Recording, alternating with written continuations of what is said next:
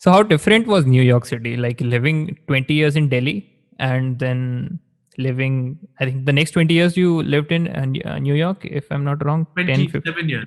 27. 27. All right. So what was the So primary differences?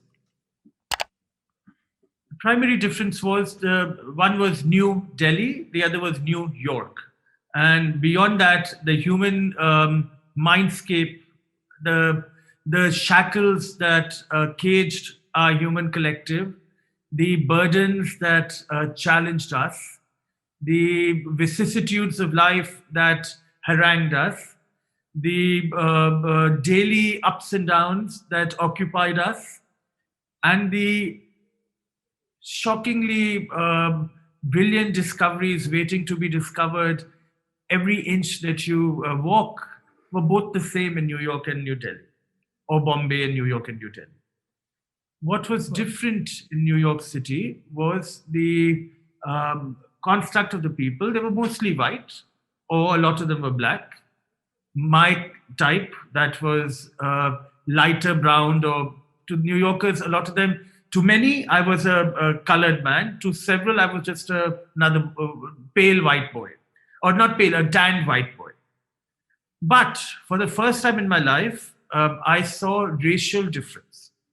I realized that I was in Bombay. I realized I was the other. In Bombay, the first question that people would ask me at JJ, "To guys, how? What are you?" And because I was even paler, I was even smoother, I was even younger, and my skin was supple, my hair was down to my shoulders. I was a pretty boy.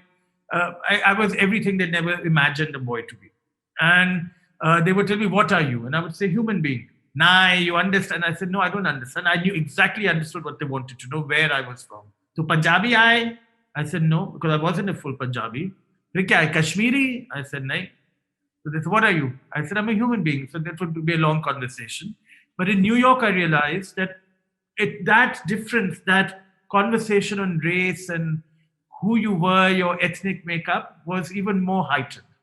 In New York of 1993, it was a fascinating city, a city where dreams come true. All of that was true. But it was also a city that was still learning to live in togetherness, which it did beautifully. No city in the world is as celebrating of diversity as New York is, but it was still learning to be bigger and better versions of that. And I arrived there at a point of flux where we had a black mayor that had been slapped around because he was black and because he was a dreamer. And we had a fascist new mayor coming into power, Giuliani. And Rudy Giuliani was a monster, but also got New York behaving. You know, dictators can get things done because they're fascist and Right. they don't think about killing lives to make things happen. And Rudy was ruthless. Ruthless Rudy had become mayor after I arrived there, and New York started becoming beautiful and clean and exciting, and for some, but dangerous and scary and hateful for others. I was lucky that I became part of that majority. They accepted me, so I saw, and I never joined them in being bad to the other, but I could see how race plays a life. New York was very different. It had tremendous opportunities. New York had gone through the churn that we are still going through in India of leaving old world mentalities and becoming one with tomorrow. New York has done that for, I would say, hundreds of years. So, of course, Bombay is doing it, Delhi is doing it, but we are doing it as toddlers. They have now Hmm. become 20 or 30-year-olds doing it. Of course, they're not sage and wise yet, but already have 20, 30 years, which in reality is 100 years of experience to get to being 30. So New York was exciting because in New York I realized how you must dream big, you must spread your wings far, you must stop and embrace the other for the other.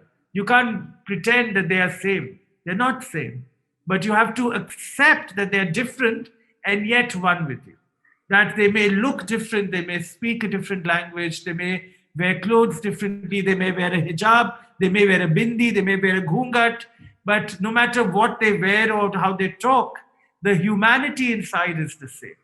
New York makes you think of that. New York questions you to accept it. New York challenges you to become one with it. And New York teaches you how to live as one. And that was the magic of New York. And it was very exciting and thrilling to be in New York in 1993, whereas as it was growing into a better version of itself, and it was doing dirty things, and it was paying attention to what wrongs were being committed, and it was challenging the powers to be better. So that journey of New York that I was able to be part of is a thrilling journey because I saw a city change and grow, both uglier and better, because of humans and despite humans. So it was a thrilling place to be. That we saw the worst of humanity, the best of humanity. We saw the worst outcomes, we saw the best outcomes. And New York is a city that was able to tolerate the worst because it knew it could do better. And I was lucky to be part of that churn and come on the better side.